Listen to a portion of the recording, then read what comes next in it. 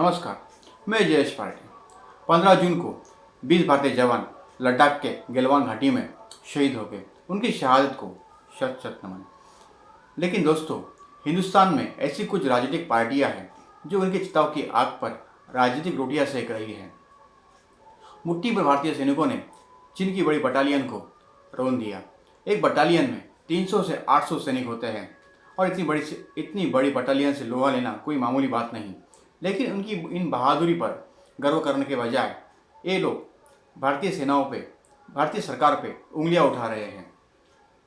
भारतीय सैनिकों ने बिना हथियार चलाए चीन के 40 से 50 सैनिकों को मौत के घाट उतार दिया।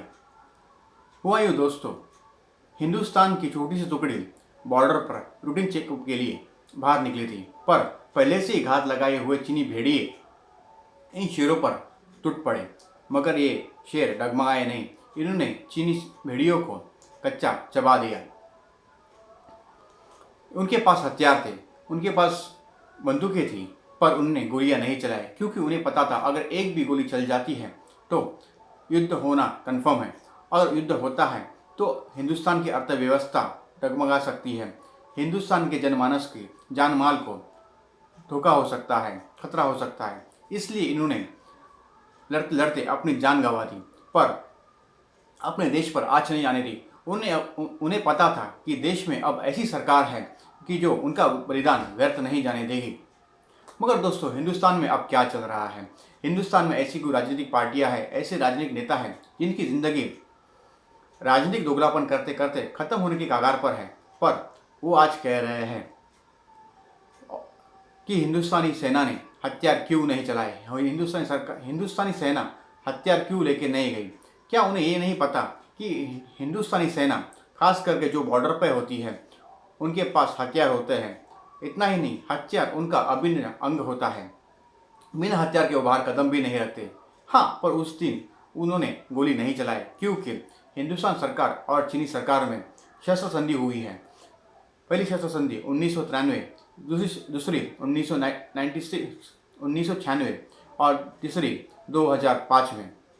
इस शस्त्र संधि के चलते हिंदुस्तानी सेना और चीनी सेना फेस ऑफ के समय फायर वेपन नहीं यूज कर सकती, यानी बंदूक नहीं चला सकती। और ऐसा ही हुआ। लेकिन अब देश में ऐसी सरकार है कि जो 1 इंच भी नहीं पीछे हटती, ना ही डोकलाम में, ना ही गलवान में। लेकिन इससे पहले दोस्तों, हमने क्या खोया है जानिए।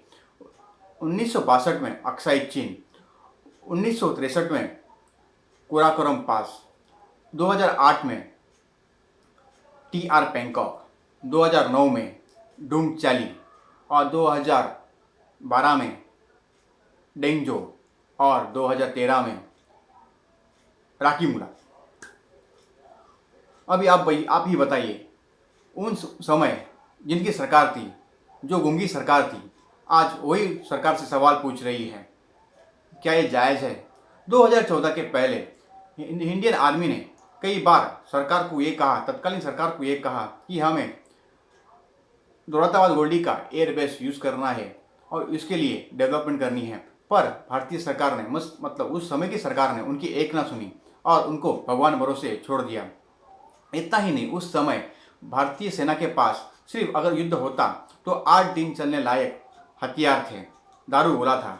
लेकिन अब हथियारों का जखीरा खड़ा है। दोस्तों, ना ही मैं किसी पार्टी का प्रवक्ता हूँ, ना ही किसी पार्टी का सदस्य हूँ, लेकिन हाँ, हिंदुस्तानी हूँ और जो सही है उसका मैं सपोर्ट करता हूँ। दोस्तों, अगर ये वीडियो आपको अच्छा लगे तो लाइक, शेयर और सब्सक्राइब जरूर कर देना, ताकि ऐसे वीडियो बनाने के लिए मेरी हिम्मत बनी रहे। धन्यवाद। वंदे मातरम।